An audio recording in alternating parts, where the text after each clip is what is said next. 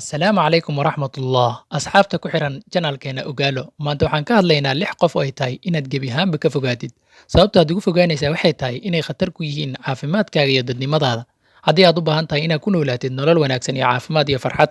haddaba ka fogow 6daas qof ee aan kuu sheegi doono ku soo dhowaada mowduuceena maanta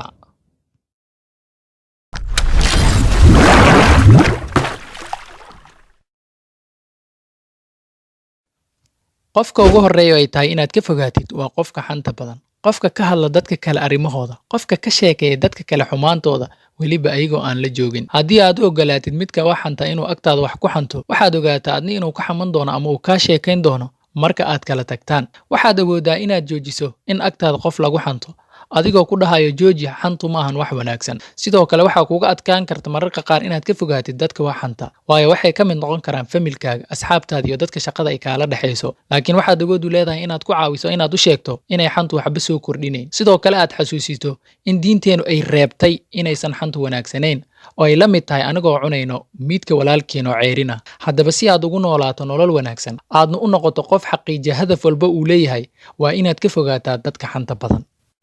qofka labaad oo ay tahay inaad ka fogaatid waa qofka madaxa kaa neceb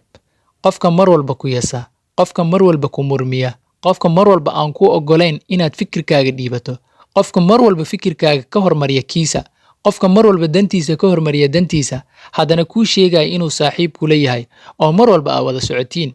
waxaad isweydiinaysaa sidee ku garan karaa qofka noocaas ah qofkaas waxaad ku garan kartaa marka aad damacdo inaad sheegto wax wanaagsan mar walba wuxuu kaaga dhigayaa xumaan oo hadalkaagaba wuxuu u gadinayaa dhanka kale haddaba qofka labaad oo ay tahay inaad ka fogaatid haddii aad u baahan tahay inaad ku noolaatid nolol wanaagsan oo caafimaad leh aadna horumariso hadaf walbo aad leedahay waa inaad ka fogaataa qofka madaxa kaa neceb qofka saddexaad oo ay tahay inaad ka fogaatid waa qofka waqtiga kaa lumiya mise qofka loo yaqaano time waster dadka waqtiga lumiya waxay ku imaanayaan dhowr nooc marka waa inaad fahantaa nooca waqti lumiya ee aad haysato dadka qaar waxay waqtigaaga ku lumiyaan sida kulamo aan la qorshayn wada socod aan la qorshayn muranka sida ciyaaraha waxa aan adiga faa'iido kuu lahayn haddii uu qof kuu sheekaynayo waa inaad dhahdaa ii sheeg inta keliya ee ugu muhiimsan ha iga lumin waqtigayga wax aanan ahayn inta aan rabno inaan ka hadlno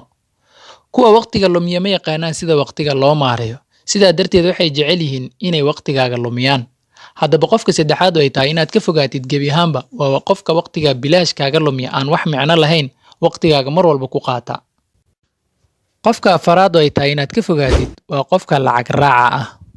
waa dadka mar walba kuu dawardo inay biilkaaga kula isticmaalaan waa qofka mar walba aan joojin inuu lacag ku weydiiyo waa qofka raba inuu mar walba lacag jeebkaaga ku harin haddaba sidee ku garan kartaa marka qofka lacag raaca ah qof walba dadka waxaan waa fahansannahay inay asxaab leeyihiin asxaabaad leedahay meelaa la isku raacaa lacagaa la isticmaalaa isguud way fiican tahay mar in asxaabtaada aad furatid laakiin qofka mar walba jecel inuu lacag jeebkaaga ku harin sidee ku garan kartaa wuxuu ku weydiinaya wuxuusan rabin uusan muhiim u ahayn inaad u iibiso wuxuu ku leeyahay adoo waddada maraay shay hibil aa u baahanahay shay aadan soo qorshayn uu ku leeyahay ii iibi qofkaas ma qof lacag raaca marka qofka afaraad marka oo ay tahay inaad ka fogaatid gebi ahaanba waa qofka lacag raaca oo mar walba loo yaqaano money grabbers oo jeebkaaga inaysan lacag ku harinba mar walba daneeya marka waa inaad iska ilaasisaa dadka noocaas ah waa fahansannahay soomaalida mar walba waxay isweydiinayaan qofka asxaabaa leeyahay lacagaa si guud way fiican tahay adduunyada dhan ay ka jirtaa laakiin qofka lacagtaada mar walba qofka biniaadanka dadka waxay dhahaan haddii aa u baahan tahay inaad nolosha horumar ka gaartid 3 shay waa inaad taqaanaa mar walbaa la isdhahaa shayga koowaad inaad taqaanid time management waqtigaaga si loo maaray waa inaad taqaanaa sidoo kale waxay dhahaan cash flow management lacagta qulqulka kusoo gelayso meeshay ku baxayso meeshay gelayso waa inaad taqaanaa sidoo kale waa inaad taqaanaa people management sida dadka loo maareeyo hadda marka waxaan u dan leenahay cash management ma yeelan kartid haddii aad leedahay money grabbers badan dad lacag badan oo ku weydiiyo mar walba lacagtaada kula isticmaalo aan mar walba kala joogsi lahayn oo mar walba ku dhaho lacagaa u baahanahay shaygaas ii iibi adigoon ku talagelin xataa uu qofku iska kaa weydiinayo marka qofka afaraad oo ay tahay inaad ka fogaatid si aad nolol wanaagsan ugu noolaatid waa qofka lacag raaca ah ama mar walba jeebkaaga raaco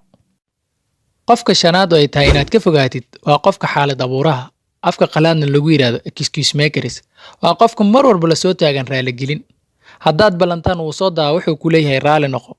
haddii aad dhahdo meel aan isku raacayna wuxuu ku leeyahay waa xanuunsanahay kuma raaci karo haddii aad dhahdo meel hibil aan joogaa hibil aan ku soo maray wuxuu ku leeyahay waan mashquulsanahay soo marin. Waa qofka mar walba xaalad sheegta, gaajaysan,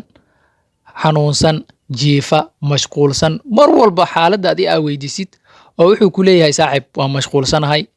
raali noqo. Haddana aan ku weynin raali ahaw, waan ka xumahay, saas baa dhacday, mar walba xaalad buu abuuraa. Hadalka adiga aad weydiisid markaad garab ugu baahan tahay buu hadal